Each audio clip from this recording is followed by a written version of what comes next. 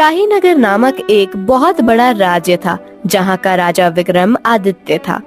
शाहीनगर राज्य बहुत ही खुशहाल और समृद्ध राज्य था। उस राज्य में किसी भी चीज की कमी नहीं थी।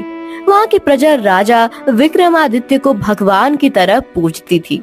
लेकिन राजा विक्रमादित्य की अभी तक शादी नहीं हुई थी। राजा को रोजाना कई राजकुमारियां के रिश्ते आते, लेकिन उन राजकुमारियों में से राजा को कोई भी राजकुमारी पसंद नहीं आती। एक दिन विक्रमादित्य अपने शाही बाग में आराम फरमा रहे थे।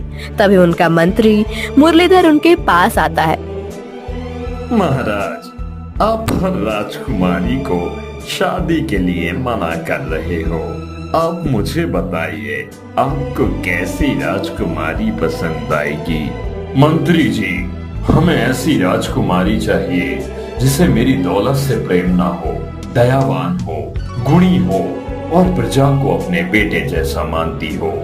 महाराज, आपको ऐसी राजकुमारी खुद ही ढूंढनी पड़ेगी। राजा मंत्री की बात सुनकर काफी ज्यादा सहमत हुए।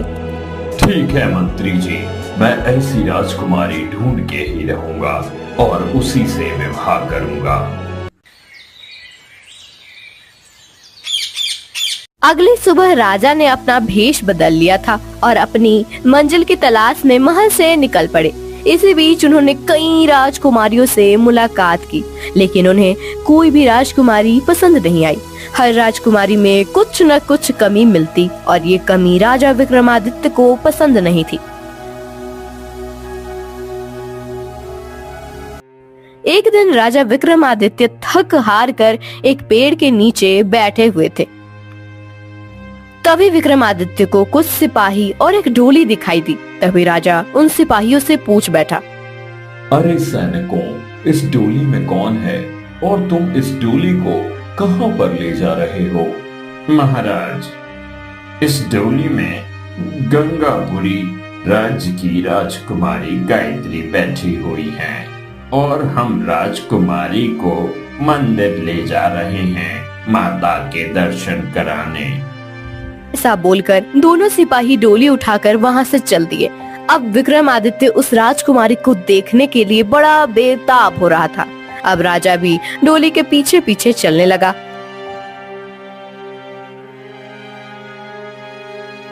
इधर जब मंदिर आया तो राजकुमारी उस डोली से उतरी। राजकुमारी को देखते ही राजा विक्रमादित्य मोहित हो गया और सोचने लगा कि क्या ये राजकुमारी मेरे मन मुताबिक है या नहीं, चलकर पूछना चाहिए।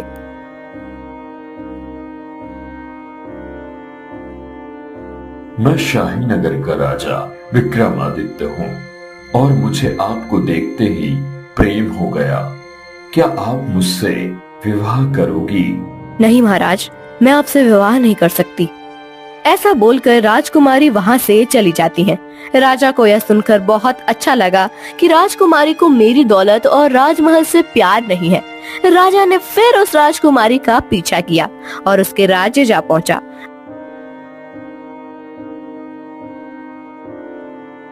अब राजा को उस राजकुमारी के स्वभाव के बारे में जानना था।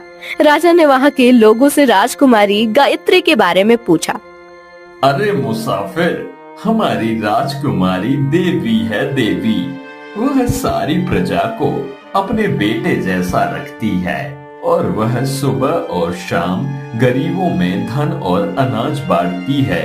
यह सुनकर राजा विक्रमादित्य अति प्रसन्न हुआ। राजा ने उस राजकुमारी से विवाह करने की ठान ली, लेकिन राजकुमारी ने राजा से विवाह करने से मना कर दिया था। राजा सोच में डूब गया कि अब क्या किया जाए। विक्रमादित्य सीधा राजकुमारी के पिता के पास चला।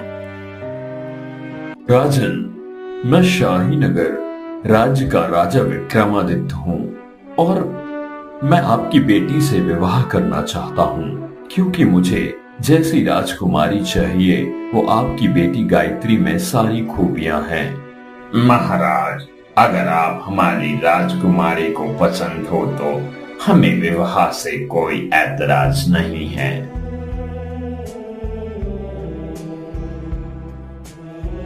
अब राजा विक्रमादित्य ने राजकुमारी से विवाह करने का प्रस्ताव रखा। महाराज, हम आपसे विवाह करने को तैयार हैं, लेकिन हमारी 3 शर्तें आपको माननी पड़ेंगी। राजकुमारी, हम आपकी सारी शर्तें मानने को तैयार हैं। आप अपनी शर्तें बताइए। हमारी पहली शर्त ये है कि हम दान दक्षिणा बहुत ज्यादा करते हैं। हो सकता है आपका राजमहल भी हम किसी को दान कर दें। आपको मंजूर है?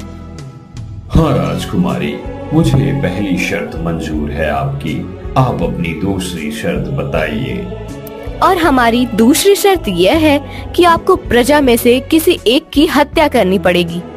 नहीं राजकुमारी, हमें आपकी दूसरी शर्त मंजूर नहीं है। चाहे आप हमसे व्यवहार ना करें, प्रजा मेरे लिए मेरे बेटे जैसी है।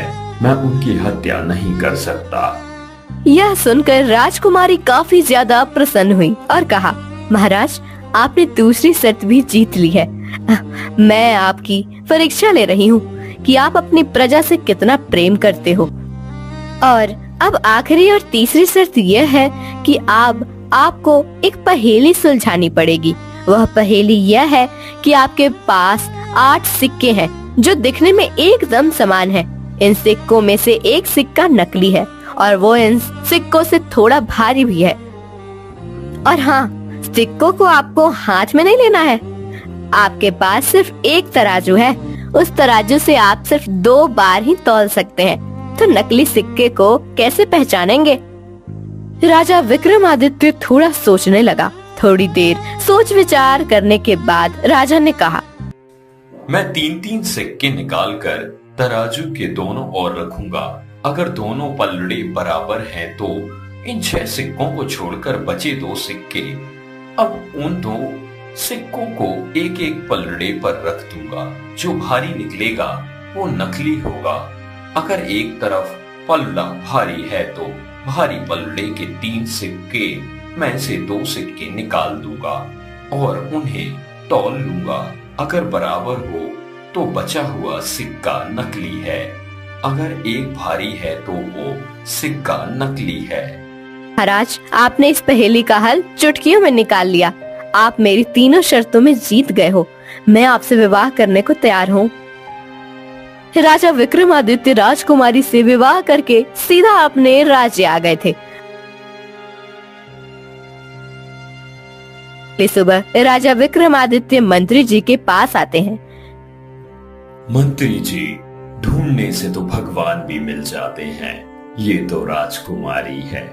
अब राजा को मनपसंद राजकुमारी मिल गई थी। वो खुशी खुशी अपने राज्य का पालन पोषण करने लगे।